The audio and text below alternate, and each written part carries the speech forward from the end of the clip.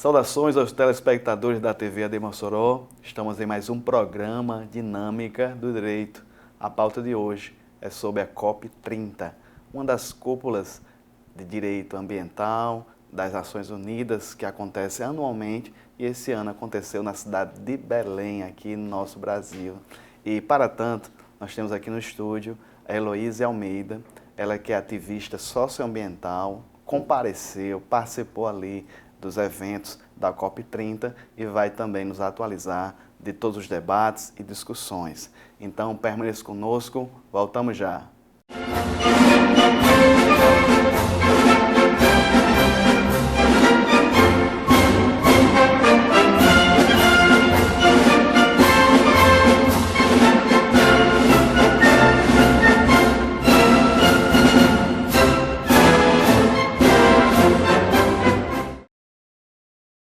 Estamos de volta com o programa Dinâmica do Direito. A pauta de hoje é conservação ambiental, mudanças climáticas. Vamos falar sobre a COP30 que aconteceu em Belém no mês de novembro. E aqui nos estúdios, como nós apresentamos inicialmente, a ativista socioambiental, bacharelanda em Direito pela UFESA, Heloísa Almeida. Heloísa, seja bem-vinda ao Dinâmica do Direito. Muito obrigada, doutor Nazeu. Sim, é uma honra também estar aqui presente no programa Dinâmica do Direito, poder falar com as pessoas um pouco mais sobre mudanças climáticas, sobre a COP30. Também agradecer ao professor Marcos Túlio, pela indicação lá da UFESA e vamos estar aqui falando um pouco mais sobre isso. Perfeito. Heloísa, foi muito bem recomendado pelo professor Marcos, ele que é um expoente aqui no direito ambiental, atuante como advogado e também como professor nessas cadeiras. Heloísa, assim, um assunto muito pertinente sobre essa questão de mudanças climáticas, sobre o direito ambiental, as discussões. As COPs, na verdade, acontecem anualmente. Salvo engano, o ano passado foi no Azerbaijão, o ano anterior, você pode me corrigir, se foi em Dubai, se foi nos Emirados Árabes, enfim. Desde 1995 acontecem anualmente e esse ano teve a 30ª, que foi em Belém. Nos outros blocos nós vamos aprofundar mais, mas eu me interessei muito, você é jovem, você é estudante de Direito também, mas já é conhecida já como ativista, como atuante em ONGs aqui na cidade de Mossoró, em favor da nossa população. Queria conhecer um pouquinho mais de você, algo nesse sentido, dessas suas atividades com as ONGs aqui na nossa cidade. Assim, apesar de eu ser muito jovem, acho que eu também comecei muito cedo, no sentido que no ensino médio, com 15 anos, 14 anos, eu e meus amigos no ensino médio ficávamos também muito indignados, vendo a questão ambiental da cidade, vendo o Rio Mossoró, vendo as queimadas que acontecem no município. E a gente ficava assim, naquele momento, todo mundo adolescente, no ensino médio, querendo fazer alguma coisa a respeito. E aí a gente foi se juntando e pensando, não, vamos fazer uma roda de conversa aqui, não, vamos fazer umas postagens nas redes sociais. E fomos tentando descobrir também o que estava acontecendo no Brasil e no mundo, dos jovens se mobilizando pelas mudanças climáticas. Que teve um movimento da Greta Thunberg lá na Europa, que começaram greves estudantis pelo clima. E a gente foi se inspirando nesse movimento para criar o Fridays for Future Mossoró, que seria esse movimento inspirado na Greta Thunberg, só que aqui na cidade. Isso no ano de 2019. Então, de 2019 até agora, a gente mantém assim, o Fridays for Future, o movimento de jovens pelo clima, bastante atuante, fazendo essas mobilizações, essas palestras e tentando falar mais sobre os problemas ambientais do Brasil, do mundo e de Mossoró. Perfeito. Eu soube também que você também se interessou para a questão dos cursinhos, não foi? Teve uma promoção de cursinho popular aqui na cidade de Mossoró. Fala um pouquinho sobre essa atividade. Assim, eu acho também que quando a gente começa a falar com as pessoas sobre meio ambiente, começa a falar sobre mudanças climáticas, a gente também vai começando a entender o abismo, que existe entre o IFRN e as escolas estaduais, por exemplo. Então, em 2022, a gente fez uma campanha em que eu passei por várias escolas da cidade. Então, a gente fazia dentro do IF um determinado debate e, quando a gente ia para outra escola, não tinha assim, um professor que explicasse aquele assunto da maneira como os professores do IF explicavam. Então, a gente começou a pensar, não, o problema que nós estamos vendo é que a educação não é tão forte. Então, vamos ver aqui o que é que a gente pode fazer para melhorar a educação, o que é que está dentro das nossas capacidades. E aí veio a ideia do cursinho popular Nízia Floresta, que também vem desse pensamento, assim, eu, enquanto uma mulher, enquanto uma menina, sei que as meninas também enfrentam mais barreiras quando elas vão estudar, porque elas têm, assim, um trabalho de cuidado dentro de casa, elas têm que cuidar de um irmão, às vezes gravidez na adolescência, tem que cuidar, assim, da casa em si, lavar prato, lavar a casa, e isso é o tempo que os meninos podem usar para estudos, para esportes, para jogar futebol, e as meninas não têm. Então, a gente fez um cursinho que é voltado para meninas e mulheres para ingressar no ensino superior. E para ingressar no ensino superior, assim, já com essa base de conhecimento que vai possibilitar fazer uma prova do Enem melhor. Então, o cursinho acontece... A gente está na segunda turma, né? A primeira turma foi no ano passado. Aí a gente já teve mais de metade da turma aprovada em universidades, em vários cursos. Tenho muito orgulho assim que a gente teve. O primeiro lugar de escolas públicas de direito da UERN foi do cursinho popular Nízia Floresta. Onde é que vocês têm uma sede, no caso? Assim, é em parceria com a UERN, Sim. que a UERN também viu o projeto, se interessou. A professora Ana Luísa, de Geografia da UERN, também se interessou bastante. Então, a gente tem professores contratados e tem os estudantes da UERN de licenciatura que dão esse apoio. E aí, a gente conversando também com a reitora da UERN, com o pró-reitor Extras, a gente chegou à conclusão que o campus da Faculdade de Enfermagem seria melhor, porque tem meninas de diferentes bairros. Então, tem meninas que vêm da zona rural, tem meninas que vêm de várias partes da cidade, e o campus central da UERN fica muito distante. Então, a FAEM, que é ali no centro, ficava mais perto para todas elas chegarem. Aí a gente usa a estrutura da Faculdade de Enfermagem na sexta à noite, no sábado, manhã e tarde, para fazer essas aulas.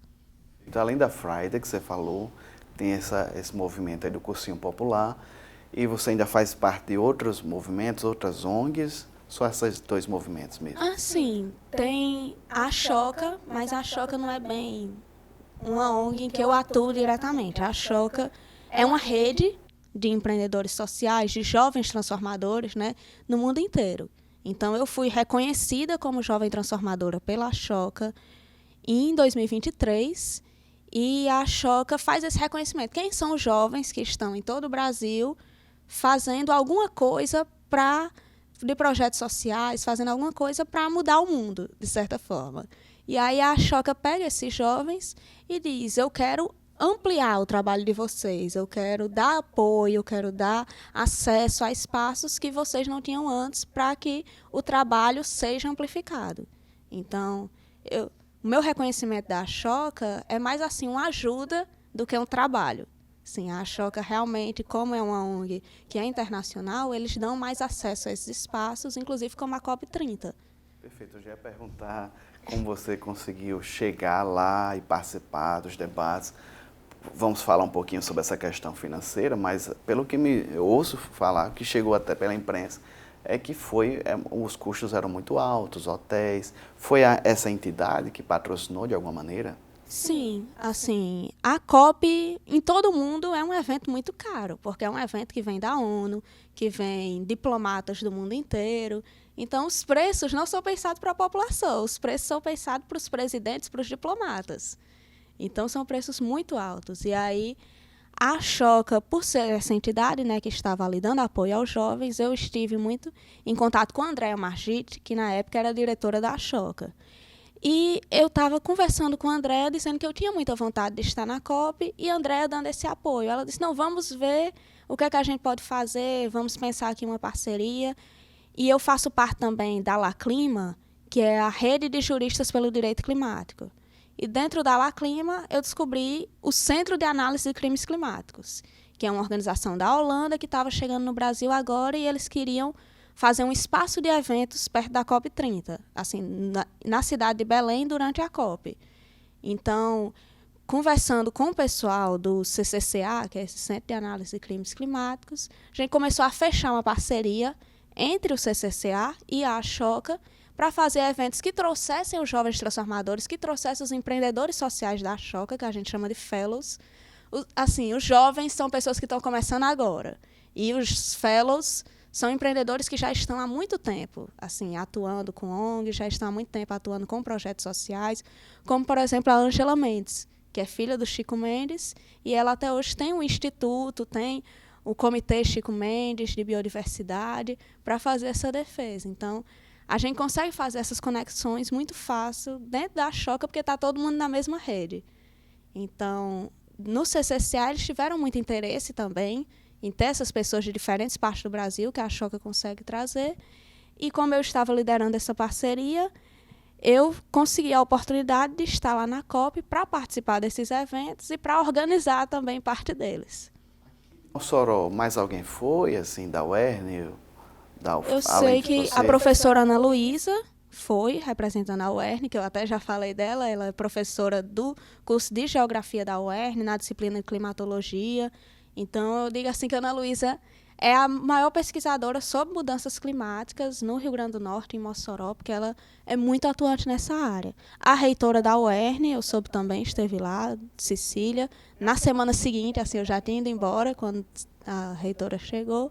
E teve um pesquisador da UFESA também, que eu não lembro bem o nome dele, não tive muito contato, que ele é da área de engenharia ambiental.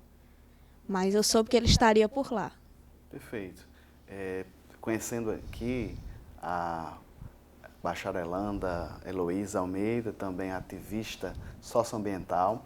No próximo bloco, minha prezada, vamos adentrar na temática específica das discussões, dos debates que você presenciou na COP30 a respeito sobre mudanças climáticas, que acontece anualmente, as Nações Unidas promovem, e dessa feita foi na cidade de Belém, no estado do Pará, no nosso Brasil. Então, permaneça conosco, aqui com a bacharelanda Heloísa, falando sobre a tão importante temática. Voltamos já.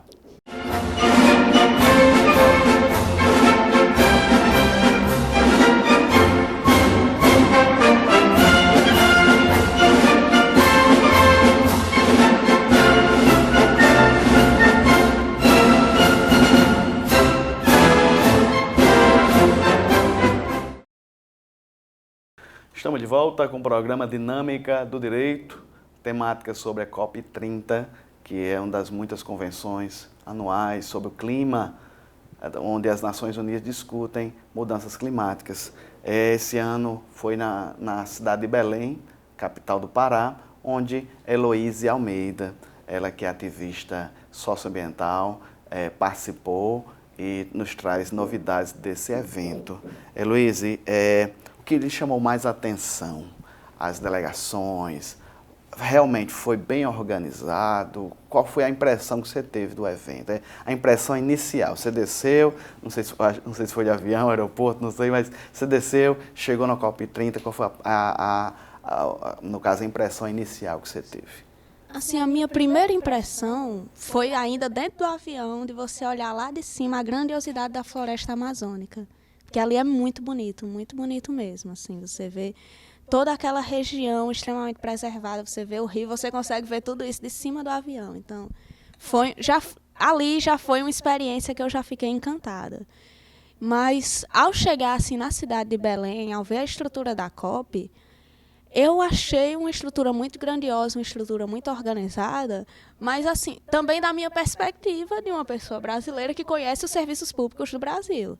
Então, estava ali um serviço muito bem organizado. Mas eu senti que para as delegações dos outros países, também foi uma coisa que foi observada, né? Para o chanceler alemão, ali não era uma estrutura de nível internacional. Mas para quem vinha do Brasil, para quem vinha dos países do sul global, a gente achou uma estrutura gigantesca. Tanto em questão de alimentação, de transporte, tinha várias linhas de ônibus na cidade que podiam levar quem estavam indo para a COP até o espaço do evento, levavam ida e vinda. Agora, também foi um evento todo feito no térreo, e isso acabou gerando muitos conflitos, no sentido que a gente tinha que caminhar muito. Tinha dia que caminhava mais de 10 quilômetros no dia porque para ir de uma parte para outra era somente térreo, não tinha mais de um andar, que, pelo que as outras pessoas disseram, em outros eventos já foi feito com vários andares.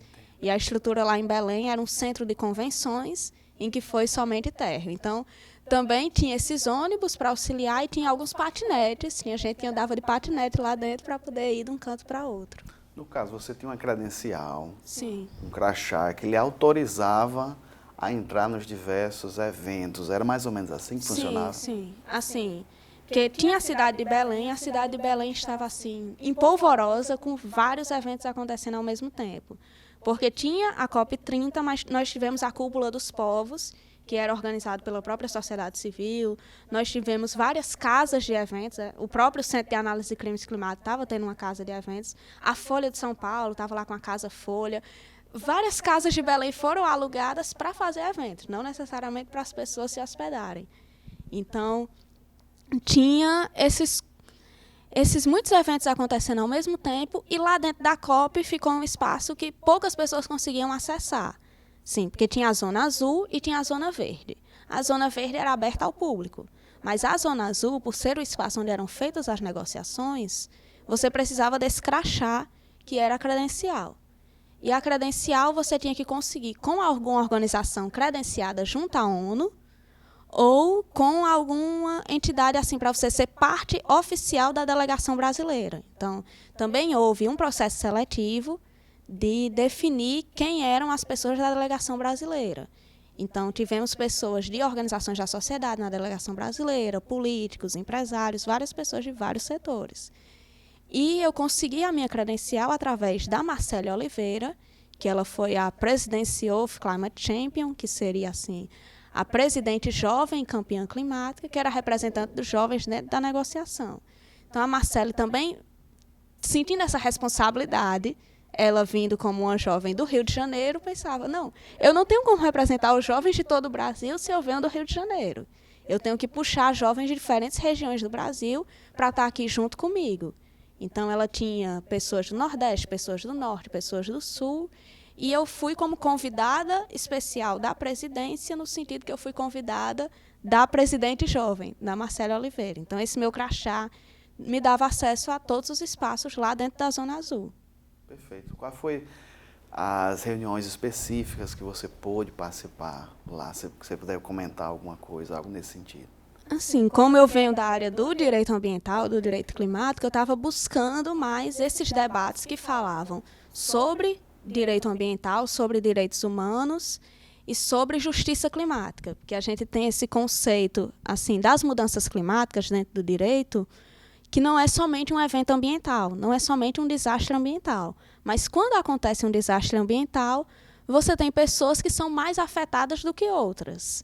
E por isso a gente precisa falar de justiça climática para falar que, por exemplo, no Rio Grande do Sul, as pessoas que moravam nas periferias tiveram mais dificuldade naquela enchente do que pessoas que moravam em bairros nobres. E o papel da justiça, o papel do direito nesse sentido, é garantir que todas as pessoas tenham esse acesso igual em momentos de desastres que estão se tornando mais frequentes. Em momentos assim também da própria adaptação climática aqui em Mossoró, que a gente sente um calor muito grande. Mas quem está dentro do carro com ar-condicionado sente o calor de uma forma, quem está dentro do ônibus sente o calor de outra muito pior.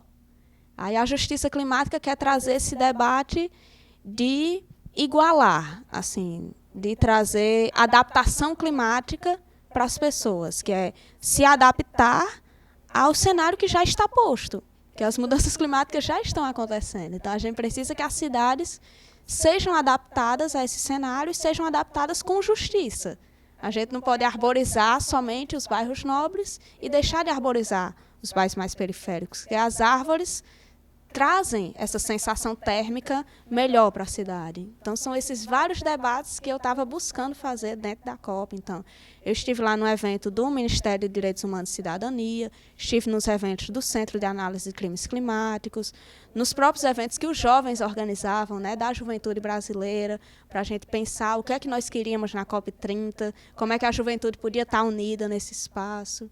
Perfeito.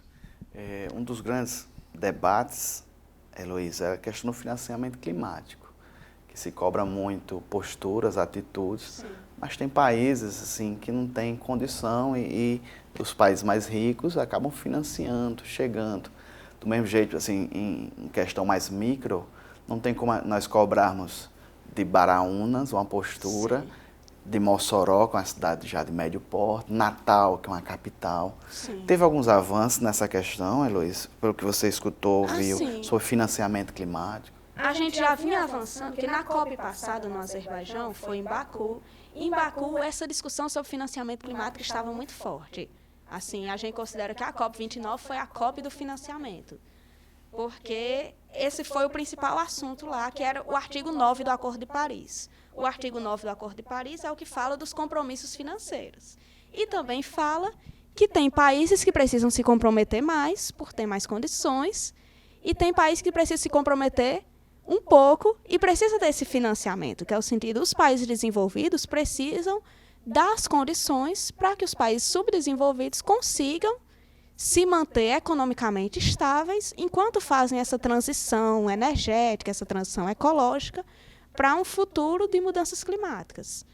Então, a gente tem essa responsabilidade maior dos países desenvolvidos em prover os recursos, só que é complicado você fazer essa cobrança deles, sabendo que eles também têm as ferramentas para impedir que isso aconteça.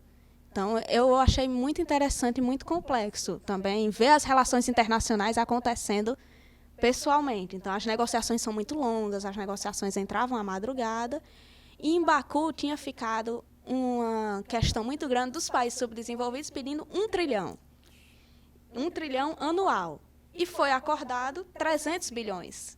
Então, foi muito menos do que era pedido. E, no Brasil, o Brasil apresentou a proposta de um mapa do caminho de financiamento climático que envolvesse não só os países, mas também as empresas, mas também os bancos internacionais de desenvolvimento. Mas o que ainda está sendo decidido, o que ficou para as próximas COPs, é quanto desse financiamento vai ser de doações e quanto desse financiamento vai ser de empréstimos. Mas eu acho que a gente teve um grande avanço no fundo que foi lançado logo nos primeiros dias da COP, o Fundo de Florestas Tropicais, que é Fundo de Florestas Tropicais para Sempre, que era, assim, eu acho que a grande cartada do governo brasileiro, da delegação brasileira que queria apresentar, que era trazer as pessoas para a Amazônia, para elas entenderem que a Amazônia permanece de pé. E a gente precisa de mais instrumentos, de mais recursos financeiros para a Amazônia e para outras florestas tropicais, como a gente tem na Colômbia, como a gente tem na África, continuarem de pé para que as pessoas não precisem explorar para conseguir recurso, para que seja financeiramente positivo manter a floresta de pé. E a gente conseguiu esse fundo de florestas tropicais com doações de vários países, com doações de países europeus, que são realmente doações. Não são empréstimos, eles não vão pedir nada em volta, somente o compromisso, que é o compromisso do fundo, de manter a floresta intacta, manter a floresta de pé. Perfeito. Heloísa Almeida, ativista socioambiental aqui de Mossoró, que participou da COP30, evento que aconteceu em Belém, do Pará, das Nações Unidas. No próximo bloco, Heloísa, vamos falar um pouquinho sobre algumas críticas. Você já falou do chanceler alemão, mas também até o presidente Trump fez algumas críticas, sim, duras, pesadas. Fala-se até de um esvaziamento pela ausência de grandes líderes, que eu queria que você debatesse conosco no próximo bloco. Então permaneça conosco, voltamos já.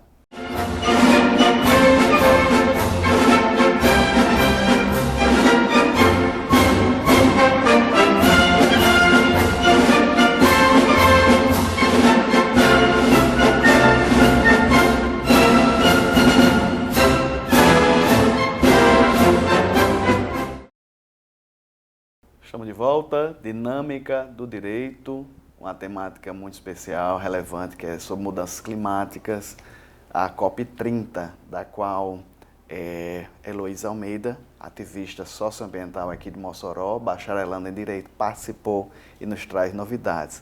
No bloco anterior, a Heloísa falou um pouquinho dos avanços, sobretudo na questão do financiamento, mas foi revestida de muitas críticas. Não apenas a imprensa de direita, mas até a esquerda, centro-esquerda, todo mundo foi unânime em criticar pontos muito decisivos da COP que aconteceu aqui em Belém. Eu vou trazer uma frase de Trump, né, assim, que ele lançou no Twitter, queria que você comentasse. Ele disse, ele não foi e ele se justificou, que desmataram para fazer uma rodovia, uma via da COP30, ali em Belém, desmataram vários quilômetros de mata para fazer isso. Ele disse que era incoerente. Como você viu, não sei se você viu esse Twitter do presidente Trump, mas comentários como esse. Sim. É positivo? Como você recebeu esse tipo de comentário de líderes mundiais? Assim, o presidente Trump, inicialmente, ele não veio para a COP, né? Ele, inclusive, tirou os Estados Unidos do Acordo de Paris. Então, não tinha esse interesse em negociar, não tinha esse interesse em estar presente. Mas, assim, eu acho que Belém sempre foi uma cidade, eu me surpreendi muito, porque Belém é uma capital, mas Belém é muito diferente das outras capitais. Belém é uma cidade que você tem comunidades ribeirinhas, é uma cidade que você tem a floresta muito integrada, que onde você anda você vê árvores de vários metros de altura. Então, Belém nunca recebeu um investimento desse porte. Assim, Belém nunca teve tantos eventos ao mesmo tempo, nunca teve tanta gente ao mesmo tempo. E para receber essas pessoas, também foi necessário fazer muitas obras. E a fiscalização dessas obras também é muito importante, de você entender assim, se essas obras foram ambientalmente positivas, que é o papel da gestão ambiental, né, de você entender se essas obras tiveram uma transparência nos recursos utilizados, que é um papel também da sociedade civil, de nós, enquanto cidadãos, continuar fiscalizando o governo e continuar cobrando. Que mesmo em um evento desse porte, mesmo em grandes eventos que tragam coisas positivas para o país, a gente também precisa estar fiscalizando e cobrando, como foi feito na Copa do Mundo, também fazer na COP30, de questionar. Que estamos no nosso papel de estar questionando e de estar criticando quando necessário. Um ponto central foi a questão do esvaziamento. Foi muito limitado. Foi 31 líderes mundiais, salvo engano, posso estar errado aqui, mas tem dados que o anterior, no Azerbaijão, foi 61 líderes e na outra anterior foi 139. Sim. O que se justifica, a seu ver, Heloísa, que você escutou de alguém lá, porque tantos líderes mundiais se recusaram a mandar representantes?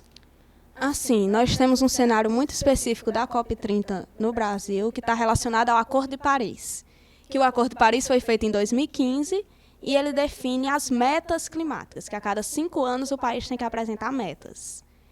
E aí, em 2015, os países apresentaram uma meta e existe esse critério que cada meta tem que ser mais ambiciosa, tem que ser maior do que a outra. E são metas de emissões de gases de efeito estufa. Como é que o país vai fazer para emitir menos? Isso é um instrumento do direito internacional que os países, inclusive, são processados por colocarem uma meta menos ambiciosa. Foi o que aconteceu aqui no Brasil e em outros países. Em 2015, a gente apresentou uma meta. Em 2020, a meta foi inferior à meta de 2015. Então, foi até um processo judicial que foi feito, que a gente chama de litigância climática, esses processos judiciais contra o próprio país, de dizer, não, a meta não está de acordo com o que foi definido com o Acordo de Paris, e o Acordo de Paris é um instrumento de direito internacional. Então, ele precisa ser seguido, assim como as normas da nossa Constituição. E em 2025, a gente ia fazer, era mais um ano em que ia ter a apresentação dessas metas de novo. Então, muitos países não quiseram apresentar metas, assim, na verdade, quando eles chegassem na Copa, eles tinham que chegar com esse documento, dizendo, eu vou apresentar minha meta e minha meta tem que ser mais ambiciosa do que a meta anterior. Só que a gente está no cenário internacional em que, se um país apresenta a meta dele primeiro e a meta dele é muito ambiciosa, os outros países ao redor já olham, esse país vai ficar atrasado no comércio mundial. Então, se o Brasil apresentar uma meta que vai dizer que vai reduzir as emissões de gases de efeito estufa através da redução da produção do agronegócio, outro país que também tem a produção agrícola muito forte percebe aquilo como uma oportunidade de concorrer economicamente no mercado internacional. Eu acho que a gente teve esse esvaziamento, primeiramente, pelas metas do Acordo de Paris que deveriam ser apresentadas e não foram, e pela falta de interesse dos países em negociar. Assim, a gente via as negociações muito difíceis, muito difíceis de serem feitas, também porque foi apresentado o mapa do caminho para o fim dos combustíveis fósseis. E esse é um tema dificílimo de você falar. Assim, tem país... O mapa do caminho não quer dizer que a gente vai acabar com o petróleo amanhã. Quer dizer que a gente tem que começar a construir, começar a financiar mais energias renováveis.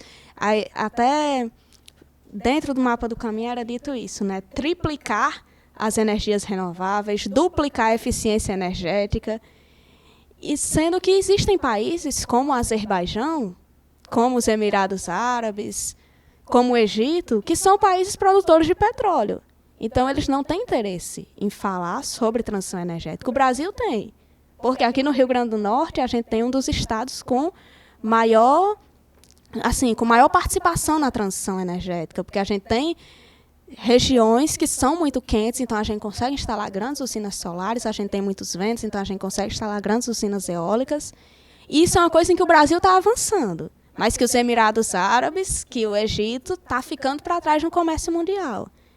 Então, eu acredito que a gente teve também esse desafio, porque dentro do Egito, dentro dos Emirados Árabes, esses eram assuntos que não eram falados. Então, os países tinham interesse em instalar para não falar sobre o petróleo, para impedir que essa discussão avançasse. E são países também que a gente viu um cenário muito diferente do que viu no Brasil, porque são países ditatoriais. Então, a gente não podia ter nenhuma manifestação nas outras COPs. E isso, eu acho que nas últimas 5 COPs não podia ter nenhuma manifestação. De repente, chegou no Brasil, e Belém é uma cidade com muitos movimentos sociais, com muitos indígenas, com muitos ribeirinhos. E nós tivemos, inclusive, momentos muito tensos dos povos indígenas estarem lá invadindo o espaço da COP, dizendo: nós queremos estar nesse espaço, porque vocês estão destruindo a nossa floresta. Então, nós tivemos momentos muito tensos mesmo de briga entre os povos indígenas e entre os seguranças da ONU, inclusive com armamento. Assim, os povos indígenas com arco e flecha, os seguranças da ONU com armas. Assim, como é que foi? Não sei se você estava presente, mas como recebeu essa tensão no ar? Você viu polícias passando? Como é que foi esse momento aí? Assim, esse momento foi um momento específico de uma manifestação que entrou no espaço da COP. E no dia seguinte o evento ficou ainda mais tenso, assim, com muitos policiais. E o evento, assim, a ONU inclusive mandou notas para todos os credenciados, dizendo: tomem cuidado com as estruturas da COP, não sei o quê. A ONU ficou logo assim assustada, dizendo: nossa, isso aqui é o Brasil? Mas isso aqui é a Amazônia, sabe? Eu acho que a gente também não pode negar de dizer que o Brasil não tem povos indígenas, porque tem. E eles estavam revoltados porque tinham pessoas lá destruindo a floresta que é deles. E estavam muito revoltados com muita coisa que estava acontecendo dentro da COP, com o Curupira sendo usado como mascote, enquanto para eles é uma entidade, é uma crença dos povos indígenas, então precisava ser respeitada. E tinha esse conflito muito grande. E também, assim, na estrutura das relações internacionais, o presidente não era Lula, né? O presidente era André, que é o diplomata que foi nomeado, e a Ana Toni, que era CEO da COP. Então, eles dois estavam gerenciando tudo ali, e o André foi receber os povos indígenas que estavam lá. Tem uma foto que eu achei assim, uma foto histórica, que é o André segurando uma bebê indígena Munduruku nos braços e olhando para ela. E um fotógrafo conseguiu captar esse momento, que eu acho que é um momento muito difícil dele também naquela posição, de estar olhando para aquela criança e pensando: eu estou aqui definindo o futuro dessa criança. Porque se as negociações não forem para frente, a gente pode estar destruindo toda a cultura dela, todo o território onde ela vive. E o governo teve que ceder também nesse aspecto, que foram demarcadas durante a COP 10 terras indígenas, para poder os indígenas, assim, diminuírem a força das manifestações. A gente teve uma manifestação, inclusive, no sábado, sim, na primeira semana, acho que o sábado foi ali dia 17, que colocou 70 mil pessoas nas ruas de Belém para falar que queria que as negociações avançassem mais. E eram os movimentos sociais do Brasil, mas também com os movimentos sociais do mundo inteiro, de jovens, de ONGs, todo mundo nas ruas, justamente porque eu sinto que isso estava muito guardado, todo mundo estava esperando chegar no momento na COP no Brasil, porque as outras COPs não podiam ter manifestações. Então, essa teve até demais, essa teve que dentro do espaço, onde os diplomatas estavam andando, de repente você estava andando, você se deparava com um ativista dentro do espaço, porque o Brasil também assumiu isso, que disse, não, aqui é um país democrático, então nós vamos permitir manifestações de todo tipo. E teve manifestações de todo tipo também, como estratégia do Brasil, acredito, para os outros países sentirem que as pessoas estavam querendo avançar as negociações. Muito bem, estamos conversando aqui com a ativista socioambiental Heloísa Almeida, aqui de Mossoró, bacharelanda pela UFESA, contando um pouquinho sobre os eventos, os acontecimentos da COP30, que aconteceu no último mês de novembro em Belém do Pará. No próximo bloco, Heloísa, apesar de ser as considerações, a conclusão, eu queria que você falasse um pouquinho sobre o comentário do chanceler alemão, que ele foi muito duro, muito incisivo, muito crítico, e eu queria que você comentasse. Isso no próximo bloco. Permaneça conosco, voltamos já.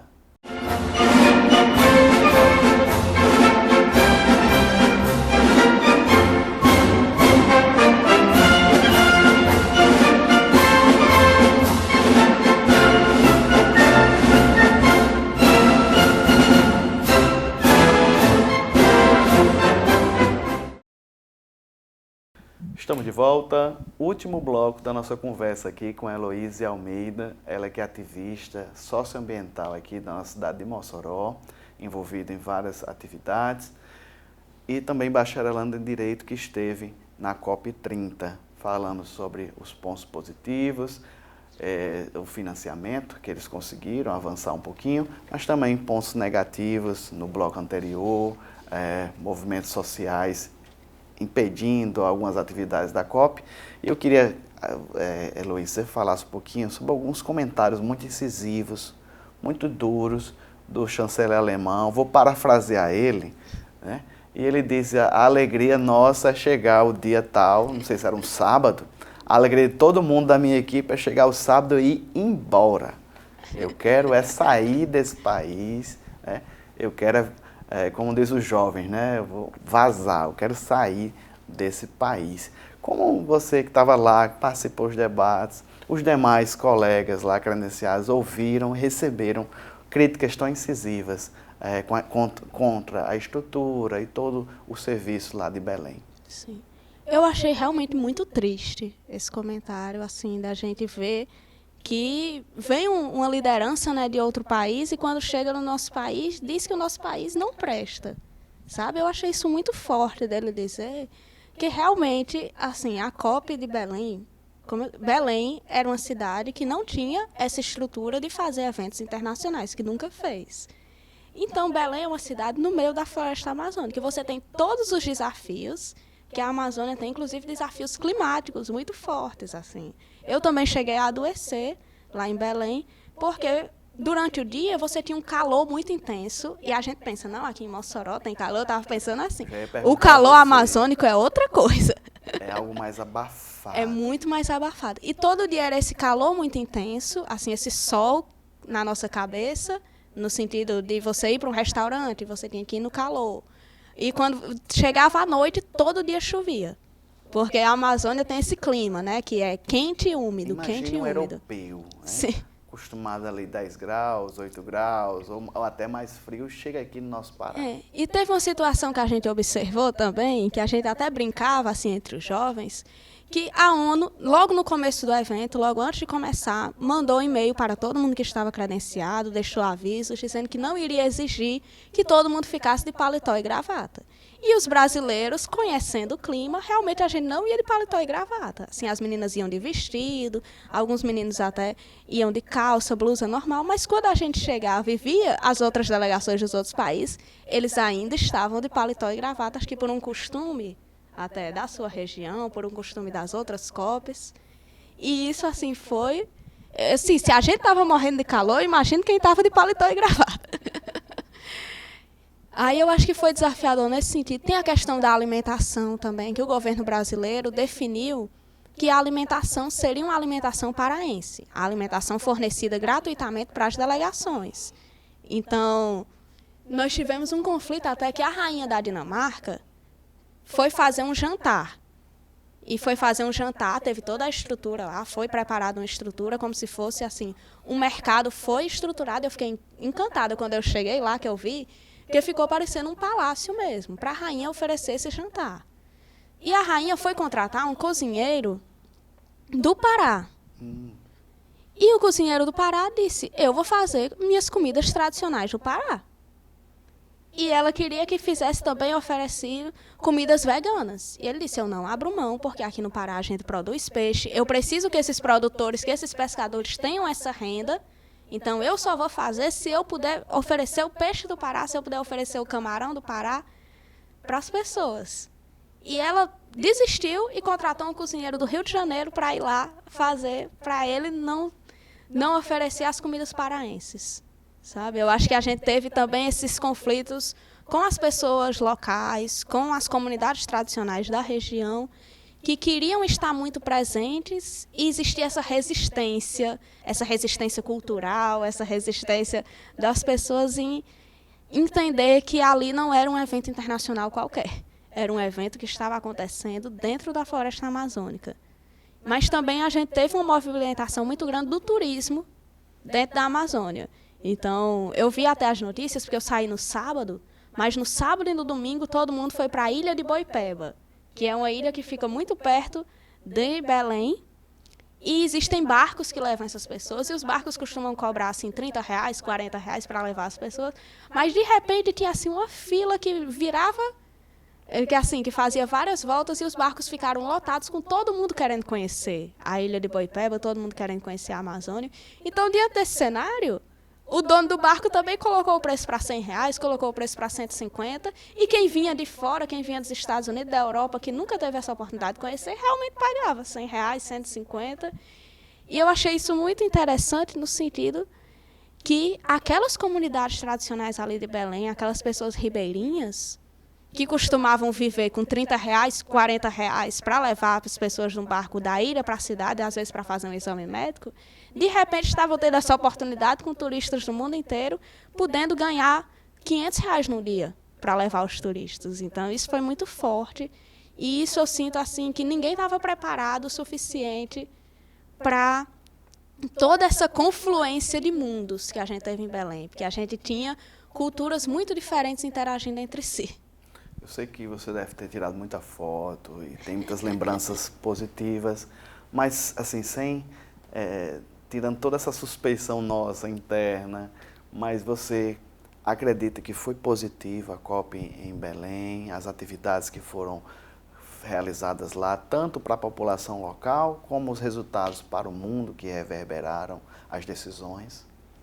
Eu acho que foi positivo no sentido que a gente avançou. Assim, que as COPs acontecem todo ano, então, como eu estava trazendo, no Azerbaijão a gente avançou no sentido de trazer bilhões no financiamento climático. No Brasil, a gente já avançou no sentido que o Brasil disse, não, a gente não vai ficar só nesses bilhões, a gente vai chegar a 1 trilhão, mas se os países não querem contribuir, a gente vai chegar a 1 trilhão com a participação das empresas, com a participação dos bancos, mas nós vamos chegar, porque quando você pega todos os países subdesenvolvidos do mundo que estão precisando de recurso, 1 trilhão é o suficiente. Assim, 1 bilhão é pouco. Quando você pega a nível internacional a quantidade de dinheiro que é necessário para resgatar as pessoas em desastres climáticos. E é esse cenário que estava posto. Então, o Fundo de Florestas Tropicais foi um avanço, outros pontos a gente não conseguiu avançar, o mapa para o fim dos combustíveis fósseis foi uma briga que adiou as negociações, que as negociações foram terminar no sábado, com alguns países dizendo nós queremos o mapa para o fim porque nós queremos as energias renováveis, e outros países dizendo nós não queremos porque nossa economia é do petróleo, então a gente precisa do petróleo. E o Acordo de Paris tem essa questão muito específica também, que as coisas só avançam se for unanimidade entre todos os países. E é muito difícil você chegar a unanimidade entre todos os países, porque cada um tem sua realidade, cada um tem sua economia. Não é maioria, é unanimidade. Todos têm que estar de acordo. Todos têm que estar de acordo. E esse é também um mecanismo muito interessante, que as outras estruturas da ONU, o Conselho de Segurança da ONU é muito diferente. Se todos os países da Europa, se todos os países desenvolvidos do mundo quiserem começar uma guerra, eles começam, porque no Conselho de Segurança da ONU é maioria qualificada. Aí o Acordo de Paris veio de uma forma diferente de querer dizer, não, se a África do Sul está enfrentando um desastre ambiental e ela quer o recurso, ela tem como travar as negociações e dizer, eu não saio daqui sem o meu recurso. E a gente vê muito, assim, eu acho que a COP do Azerbaijão não conseguiu avançar em muitos pontos, porque desde o começo, muitos países travaram. E no Brasil, acho que a gente conseguiu avançar mais do que no Azerbaijão. Eu acho que esse ponto dos combustíveis fósseis que ficou faltando, inclusive que a Colômbia puxou muito, e a Colômbia disse, não, a gente não conseguiu avançar aqui. Chegou no final, todo mundo já esgotado depois de negociações que entravam à noite, e os países não chegavam num ponto em comum. Aí a Colômbia pediu a palavra, os representantes, né, a delegação dos diplomatas da Colômbia, disseram, não, eu acho que a gente não vai conseguir chegar aqui, num acordo sobre combustíveis fósseis. Então, vamos fazer o seguinte, também foi uma estratégia da Colômbia, né? Próximo ano, vamos fazer um encontro lá na Colômbia para falar só sobre isso, e a gente chega na próxima COP com algum avanço. Aí foi aí que os países decidiram, não, vamos fechar. E a Colômbia também fez isso porque aí ela estava vendo quanto desenvolvimento veio para o Brasil, quanto de dinheiro, de dólares que vieram para o Brasil nesse evento internacional. E a Colômbia ficou pensando, assim, eu não consigo trazer a COP porque eu não tenho essa força no cenário internacional. Mas eu vou sugerir aqui um evento que todo mundo venha, para a gente também ter esse turismo, também ter essa economia internacional vindo para a Colômbia. Aí eu acho que foi nesse sentido. Assim, as relações internacionais são muito difíceis.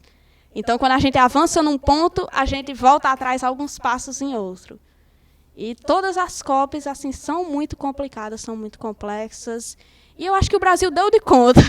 Com todas as dificuldades, a gente conseguiu pelo menos 1, 2, 3 avanços que dá para contar. Eu fico muito feliz, Heloísa, ver você tão jovem, falando aqui de maneira tão firme, tão apaixonada pela temática do ambiente, já com essa bagagem da COP, que vai somar ao curso que você está fazendo, no caso, avançando ainda mais na pesquisa, sendo também um referencial junto e contagiando outros jovens que estão nos assistindo a participar mais, ser mais ativa, literalmente falando, de tentar ajudar o nosso município, o nosso estado, o nosso Brasil a avançar nessa pauta que envolve o futuro, envolve toda a humanidade, não apenas o nosso planeta, mas estamos todos no mesmo barco. E pessoas como você, Luiz, são importantes nesse crescimento, nessa atuação e nesse movimento em somar. Mossoró, eu viajo bastante aqui pelo estado e também estado vizinho, Ceará. Graças a Deus, Mossoró tem essa preocupação, do meio ambiente, avançamos bastante, mas pessoas como você, Luiz, são importantíssimas nesse movimento, em se juntar, em agregar. Quiser falar um pouquinho, aproveitar, já vamos para as considerações, quiser falar um pouquinho, reforçar essa questão do cursinho popular, fica à vontade nas suas considerações, mas já agradeço a você, a todo o seu esforço de ter chegado aqui, de trazer essas tão valiosas informações. Leve meu abraço, professor Marcos, Túlio, toda a equipe da UFESA, que presta um serviço de excelência no ensino do direito aqui na cidade de Mossoró. Fica à vontade. Assim, eu acho que como o senhor traz também, a gente já avançou muito. Eu acho que no Brasil a gente já avançou muito na proteção ambiental, porque a gente tem normas de direito ambiental muito fortes.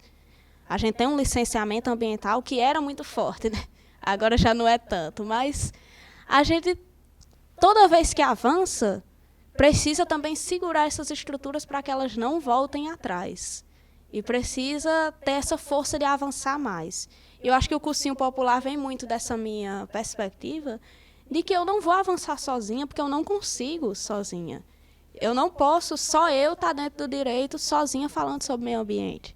Eu preciso que outras meninas também entrem na universidade e também possam ajudar a gente proteger mais o meio ambiente, também possam ajudar a gente ter um direito que seja mais humano, um direito que olhe para as mulheres de uma forma diferente, que combata a violência doméstica com mais efetividade.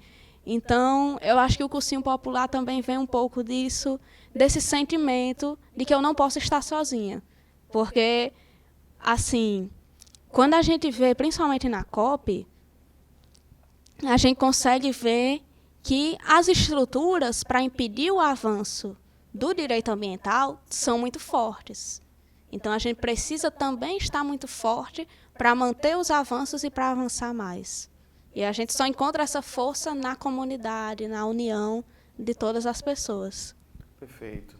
Aqui Heloíse Almeida, uma jovem ativista socioambiental aqui da cidade de Mossoró, bacharelanda em Direito, muito bem recomendada por toda a equipe, sobretudo o professor Marcos, trazendo essas valiosas informações. Esse foi o programa Dinâmica do Direito da semana, sempre aqui trazendo temáticas atuais. Foi realmente mês de novembro que aconteceu a COP30 em Belém e ainda está reverberando, seja positivamente, com os avanços, com sucesso, mas também com as críticas para que melhore, as próximas certamente, sejam melhores. Certamente que o Brasil venha abraçar de maneira séria, dando estrutura e a gente possa, de maneira digna, receber todos os representantes que vêm de fora. Reitero os agradecimentos, Heloíse. Esse foi o Dinâmica do Direito. Permaneça com os eventos, permaneça com os cultos e que Deus abençoe a todos e com temáticas importantes como essa do direito ambiental, mudanças climáticas e assim avançando. Permaneça conosco na TV AD, o canal da bênção.